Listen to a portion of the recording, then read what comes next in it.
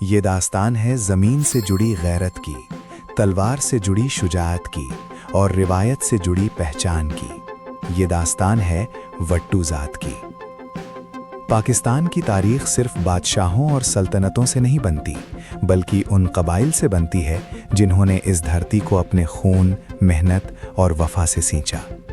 वट्टू ज़ात उन्हीं कदीम, बावकार और दलेर कबाइल में से एक है जिसका सफ़र सदियों पर मुहित है। ये सफ़र राजपूताना की रेतली ज़मीनों से शुरू होकर पंजाब की ज़रख़ेज़ मट्टी तक पहुंचता है और आज जदीद पाकिस्तान के हर शोबे में अपनी मौजूदगी दर्ज करा चुका है। तारीख़ के औराक़ पलटें तो हमें एक नाम बार बार सुनाई देता है, वट्टू। वट्टू ज़ात को तारीख़ी तौर पर राजपूत अल नस्ल माना जाता है। ये वो दौर था जब बर्रे सग़ीर मुख्तलिफ़ राजपूत रियासतों में बटा हुआ था और ताकत का दारोमदार तलवार, घोड़े और कबीले के इत्तेहाद पर होता था। मुअर्रिख़ीन के मुताबिक वट्टू कबीला या तो भट्टी राजपूतों की एक मजबूत शाख था या फिर एक अलग जंगजू ख़ानदान जो अपनी खुद मुख्तार हैसियत रखता था। राजस्थान, मुल्तान और सतलज के किनारे यही वो इलाके थे जहाँ वट्टू कबीले के इब्तिदाई कदम पड़े। यहाँ उन्होंने न सिर्फ ज़मीनें आबाद की बल्कि तिजारती रास्तों और दिफाई मोर्चों पर भी कंट्रोल हासिल किया। ये लोग सिर्फ किसान नहीं थे, ये मुहाफ़िज़ थे। इस्लाम की आमद ने वट्टू ज़ात की तारीख़ का रुख बदल दिया। जब उन्होंने इस्लाम कबूल किया तो उनकी ज़िंदगी में अदल, शरीयत और अखुवत जैसे उसूल शामिल हुए। इसके बाद वट्टू कबीला एक मुस्लिम राजपूत शनाख्त के साथ उभरा। दिल्ली सल्तनत के क़याम के बाद वट्टू सरदार मकामी नज़्म सब का हिस्सा बने। वो सरहदों के मुहाफ़िज़ भी थे और देहात के फ़ैसले करने वाले भी। उनका इंसाफ कबायली रिवायत और इस्लामी उसूलों का इम्तजाज था। वक्त बदला, सल्तनतें उठीं, सल्तनतें गिरीं, मगर वट्टू बाकी रहे। मंगोल हमलों, दाखिली झगड़ों और सियासी इंतशार ने वट्टू ज़ात को हिजरत पर मजबूर किया। काफ़िले चले, औरतें, बच्चे, बुजुर्ग सब एक नई ज़मीन की तलाश में। यही वो वक्त था जब वट्टू कबीला मुल्तान, पाकपतन, ओकाड़ा, विहाड़ी, साहिवाल, बहावलपुर जैसे इलाकों में फैल गया। इन इलाकों की मिट्टी आज भी वट्टू नाम की गवाही देती है। शाखें, एक नाम कई शाखें, मगर खून एक। वक्त के साथ वट्टू ज़ात कई शाखों में तकसीम हुई। खिरल वट्टू, जतोई वट्टू, लाले का वट्टू, सियाल वट्टू। हर शाख ने अपने इलाके में ताकत हासिल की, मगर मुश्किल वक्त में सब एक दूसरे के साथ खड़े रहे। इत्तेहाद और दुश्मनियां। वट्टू ज़ात ने खिरल, भट्टी, सियाल और चुद्दड़ कबाइल के साथ इत्तेहाद कायम किए। ये इत्तेहाद ज़मीन, इज्जत और बका के लिए थे।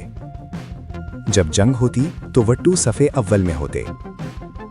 मुगलिया दौर में वट्टू सरदारों ने बगावतों को कुचला, मगर जुल्म के खिलाफ आवाज़ भी उठाई। बरतानवी राज में जब किसानों पर जुल्म बढ़ा तो वट्टू जवानों ने मुज़ाहमत की। हुक्मरानी। वट्टू चौधरी सिर्फ हुक्मरान नहीं होते थे, वो बाप की तरह फैसले करते थे। उनकी बैठक इंसाफ की आखिरी उम्मीद समझी जाती थी। ये सिर्फ तारीख नहीं, ये विरसा है जो नस्ल दर नस्ल मुंतकिल होता है। वट्टू ज़ात की तारीख सिर्फ हुक्मरानी या जंगों तक महदूद नहीं, बल्कि ये आम इंसान, किसान, मुहाफ़िज़ और रहनुमा की कहानी भी है। पंजाब के जिन इलाकों में वट्टू ज़ात आबाद हुई, वहाँ उनके किरदार ने मकामी तारीख़ का रुख मोड़ा। पाकपतन, ओकाड़ा, विहाड़ी और साहिवाल के देहात आज भी उन वाक़यात के गवाह हैं जिनमें वट्टू सरदारों और जवानों ने अपनी जान, माल और इज्जत सब कुछ दांव पर लगा दिया। जब वक्त कड़ा हो तो किरदार सामने आता है। पाकपतन के नवाही इलाकों ने एक मशहूर रिवायत बयान की जाती है कि एक दौर में एक ताकतवर हमलावर कबीले ने वट्टू आबादी पर धावा बोलने की कोशिश की। गांव के ज़्यादातर मर्द खेतों में थे। ऐसे में एक नौजवान वट्टू सरदार ने चंद साथियों के साथ दुश्मन का मुकाबला किया और औरतों और बच्चों को महफूज मकाम तक पहुंचाया। वो खुद शदीद जख्मी हुआ, मगर गांव महफूज रहा। आज भी बुजुर्ग इस वाक़े को गैरत और कुर्बानी की मिसाल के तौर पर बयान करते हैं। ओकाड़ा के इलाके में वट्टू ज़ात का किरदार ज़राअत के तहफ़्फ़ुज़ से जुड़ा रहा।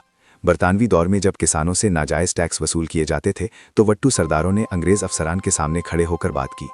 बाज़ को कैदोबंद का सामना करना पड़ा, मगर उन्होंने अपनी ज़मीन और लोगों का सौदा नहीं किया। ये लोग झुकते नहीं थे, बस वक्त के साथ चलना जानते थे। बरतानवी दौर और सियासी शऊर। برطانوی راج نے وٹو ذات کے سماجی ڈھانچے کو بدل دیا۔ جاگیرداری نظام کو سرکاری شکل دی گئی، مگر اس کے ساتھ ساتھ وٹو نوجوانوں میں تعلیم کا شعور بھی پیدا ہوا۔ کچھ وٹو خاندانوں نے سرکاری ملازمت اختیار کی، کچھ نے فوج میں شمولیت اختیار کی اور کچھ سیاست کی طرف آئے۔ اس دور میں وٹو ذات کے اندر دو سوچیں پروان چڑھیں۔ ایک طبقہ جو نظام کے اندر رہ کر اپنی بقا چاہتا تھا، دوسرا طبقہ جو خاموش مزاحمت پر یقین رکھتا تھا۔ دونوں نے اپنے اپنے طریقے سے ذات کی شناخت کو زندہ رکھا۔ قیام پاکستان اور وٹو ذات۔ جب ایک نئی ریاست وجود میں آئی تو پرانی ذاتوں نے اسے سنبھالا۔ 1947 کے بعد وٹو ذات کے افراد نے پاکستان کے مختلف شعبوں میں خود کو منوایا۔ ہجرت کرنے والے وٹو خاندانوں نے نئے علاقوں میں آباد ہو کر پھر سے زراعت کو زندہ کیا۔ کچھ خاندان مشرقی پنجاب سے ہجرت کر کے مغربی پنجاب میں بسے، جہاں انہوں نے نہ صرف زمینیں آباد کیں بلکہ مقامی لوگوں کے ساتھ رشتے بھی قائم کیے۔ فوج میں شامل وٹو جوانوں نے سرحدوں کا دفاع کیا، جبکہ سیاست میں آنے والوں نے مقامی سطح پر قیادت سنبھالی۔ وٹو ذات کی پہچان ایک ذمہ دار اور با اثر برادری کے طور پر مضبوط ہوتی چلی گئی۔ جدید دور میں وٹو ذات کا کردار۔ آج کا وٹو صرف تلوار والا نہیں، قلم والا بھی ہے۔ 21ویں صدی میں وٹو ذات ایک نئے دور میں داخل ہو چکی ہے۔ اب ان کے نوجوان یونیورسٹیوں میں پڑھ رہے ہیں، بیوروکریسی میں خدمات انجام دے رہے ہیں، کاروبار اور انٹرپرینورشپ کی طرف آ رہے ہیں، ڈیجیٹل دنیا میں اپنی آواز بنا رہے ہیں۔ اس کے باوجود دیہات میں وٹو ذات کی روایتی پہچان آج بھی قائم ہے۔ بیٹھک، پنچایت، بزرگوں کا احترام اور مہمان نوازی آج بھی وٹو ثقافت کا حصہ ہے۔ سماجی اقدار اور ثقافت۔ وٹو ذات میں وعدے کی پاسداری، عزت کا تحفظ، مہمان نوازی، کمزور کا ساتھ کو بنیادی اقدار سمجھا جاتا ہے۔